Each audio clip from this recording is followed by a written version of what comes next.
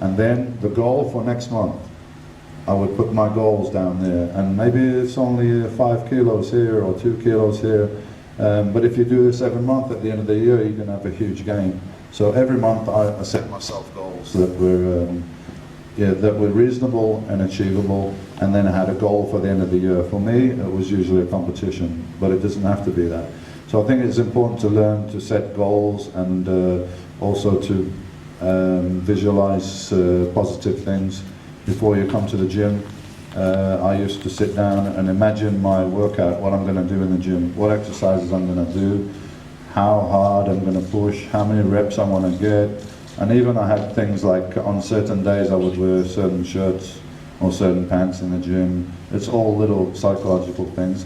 And all these can go over into the rest of your life as well. You know, if you have a business, it's the same thing. You have to have goals, you have to have targets, you have to have things that you've got to meet, that you've got to push for. So I think I learned a lot, positive attitude from bodybuilding, for sure. The last week, first of all, anything you do in the last week is like a polish, you know.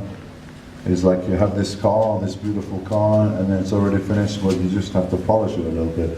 So in other words, if you're not in very good shape 1 or 2 weeks before the competition, there is no magic that's going to get you into shape. It's just basically water manipulation, so that you're coming onto stage with a very dry look. So you already have to be in shape, you already have to have very, very low body fat. Having said that, the process in the last week was basically 3 days of low or reduced carbohydrate intake, along with increased volume training. So more sets and more reps to deplete the carbohydrates or glycogen that's stored inside the muscle. The idea behind that is when you put them back, your body's going to overcompensate and store more carbohydrates, glycogen in the muscle, which attracts more water, going to give you a fuller look in the muscle, more water inside the muscle, less water underneath the skin, which blurs your definition. So I would not go to 0 carbohydrates or anything very extreme like that. I would cut them by about 50%. So let's say 2 weeks before the competition, for argument's sake, you're taking in 300 grams of carbohydrate a day. What I would do during the low carb phase on the last week, I would drop by 50%. So say 150 grams. And it would increase the training, the volumes, the sets, and so on. But also it would increase the fat and protein a little bit, because you're already on a calorie-reduced diet, and then you're dropping another 150 grams of carbohydrates, which is another 600 calories.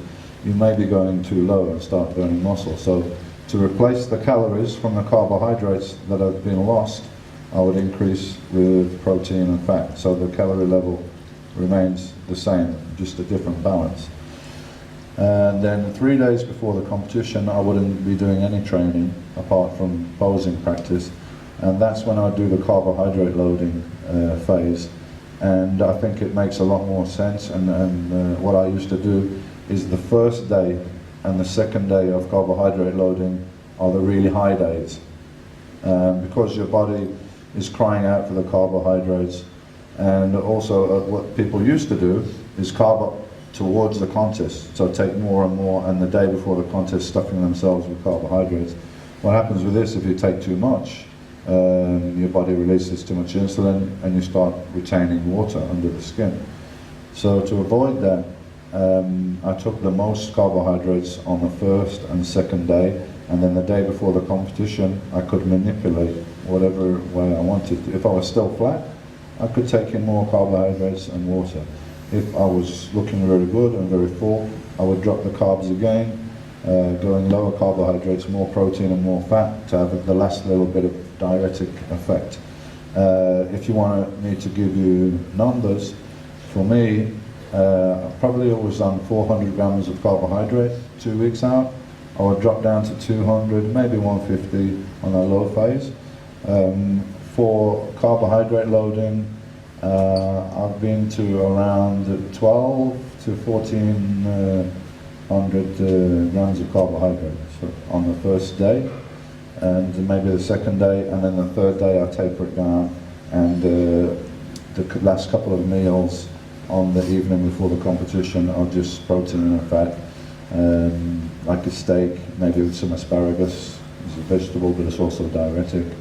A couple of glasses of wine is also a diuretic, and I would drink a lot of water up until the afternoon, early evening, the day before the competition, and then I wouldn't drink anything at all. So the next day I would be obviously slightly dehydrated, but I would have good storage in the muscle.